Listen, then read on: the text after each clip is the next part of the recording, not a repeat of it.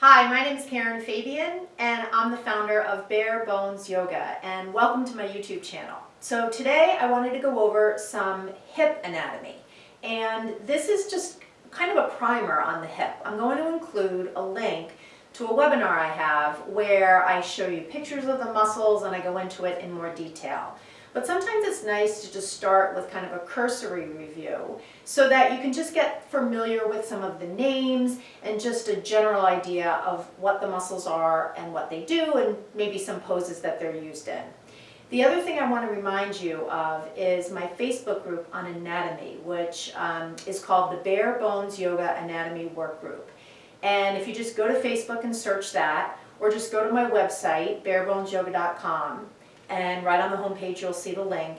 It's a great way to, in addition to this, get up-to-date videos on anatomy, because I do a bunch of different videos every week on different anatomy themes. So let's look at some muscles of the hip.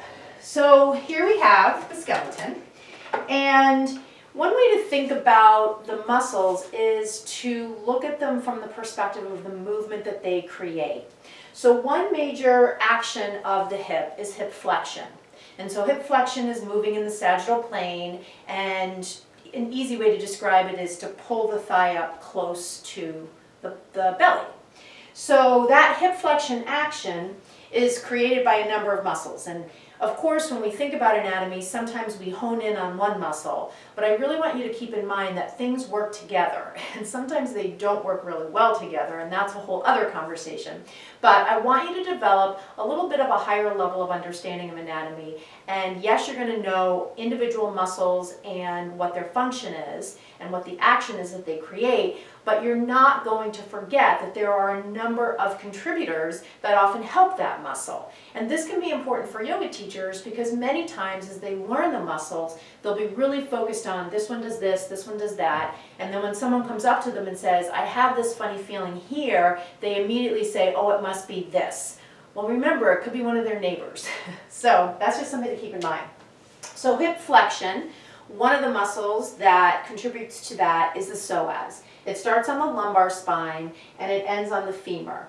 And I want to also just put in a little disclaimer here. When I give you these origins and insertions, I'm giving you general terms. If you were to Google psoas, you'd see a lot more detail. But I think it's really important for yoga teachers to kind of understand what the scope of their understanding needs to be so that they can learn the anatomy and apply it effectively. It's really, in my opinion, not necessary for you to know every single part of the origin and the insertion. I do think it's important for you to know the name of the muscle, where it is, generally what the origin and insertion is, and what's its function. So that's how I'm going to present the muscles to you here. So again, back to the psoas. We've got lumbar spine to femur. And you can imagine, I hope, that if I have something running from here to here, when the insertion moves closer to the origin, it's going to lift the thigh up. So that's a major muscle of hip flexion. Another muscle of hip flexion is the rectus femoris, and that's part of the quadriceps. It's one of the only, or it is the only part of the quadriceps that starts on the pelvis. All the other heads of the quads start on the thigh itself. They all insert on the knee via the patellar tendon, which is right on the kneecap. And so the rectus femoris, because it starts on the pelvis, is a polyarticular joint. It crosses two joints, hip and knee. And because it starts up here and it ends down here, it's going to do the same thing as the psoas. It's going to flex the hip. So that's hip flexion. So what if we said, well, if we're moving this way, great. What if we're moving this way? Well, actually, let's do hip extension because that's the converse. So hip extension, I hope you can also start to get an appreciation for flexion is generally done by muscles in the front of the body, and extension is generally done by muscles in the back of the body, right? It's going to be really hard for something back here to move the limb this way. So that's a good kind of general rule of thumb to start to ingrain in your brain so that as you start to think about, oh, if I'm rotating my shoulders open, I'm using muscles in the back of my body. If I'm rotating my shoulders in, I'm using muscles on the front of the body. So here, muscle in the back, gluteus maximus, and hamstrings. And that's a good example of things that are close to one another. My gluteus maximus is here, my hamstrings are neighbors right here.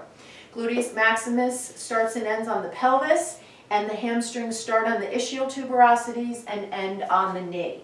So the ischial tuberosity is that knobby bone at the base of your pelvis. You can feel it if you palpate right through your gluteal muscle. And so that's flexion and extension. So what if I take my hip out to the side? Right, it definitely wouldn't be muscles here, right? They're going to bring my thighs closer together. So it's got to be muscles out here. And that's, if you thought that, you're correct. So I've got my gluteus maximus in the back. I've got two glutes on the side, medius and minimus. Minimus is minimal to the medius, it's smaller, and it tucks underneath. And so they're on the side. And then right next to it, its neighbor or below it, is tensor fasciae lata, and then IT band running all the way down to the knee. So those muscles are on the side, and they can pull the thigh out. It's kind of interesting too, because they also rotate inward a bit. We won't go there for right now. The other thing I want you to think about though, is that if I have a whole string of muscles on the side of my leg, not only is it going to take my thigh bone out to the side, it's also going to stabilize my standing leg if I pick up one leg. And so this you'll often see in class as hip drop. When someone's doing a balancing pose, you'll see their hip drop. If you can speak to the sides of the legs, maybe hug in or root down more, that can bring a little more balance to the pelvis, so the pelvis isn't uneven. So that takes us there. So what about if we want to bring the thighs closer to the body? Well, we've got a whole line of muscles on the interior of the thigh known as the adductors. And that's really cool because the action of adduction is moving closer to the midline, and the muscles are called adductors as a group. There's a really big one called the adductor magnus. So when you see the image in the webinar I'll include, you'll see they're all here. Bring the thighs closer together, also involved here, also involved in chair. Those are good inner thigh strengtheners. And then, let's see, external rotation. So if we're going to be turning the hip open, that's your external rotation versus internal. I already said gluteus medius also does some internal rotation. So what about external rotation?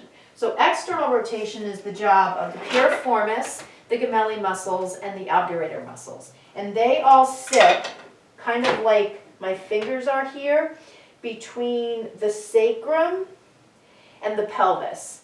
And so if they're in the back of the body and they sit like this, when they contract, they're going to pull, kind of peel back the pelvis, and that will look in the body like that.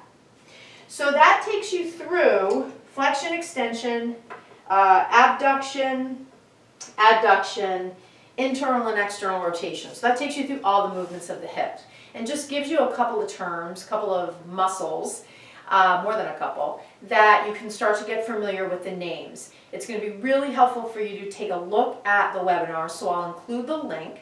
And then don't forget to go to my website and request to join my anatomy Facebook group. And I guess that's it. The website is barebonesyoga.com. So thank you so much for watching. Don't forget to click subscribe so that you're alerted when I post a new video. Talk to you soon. Namaste.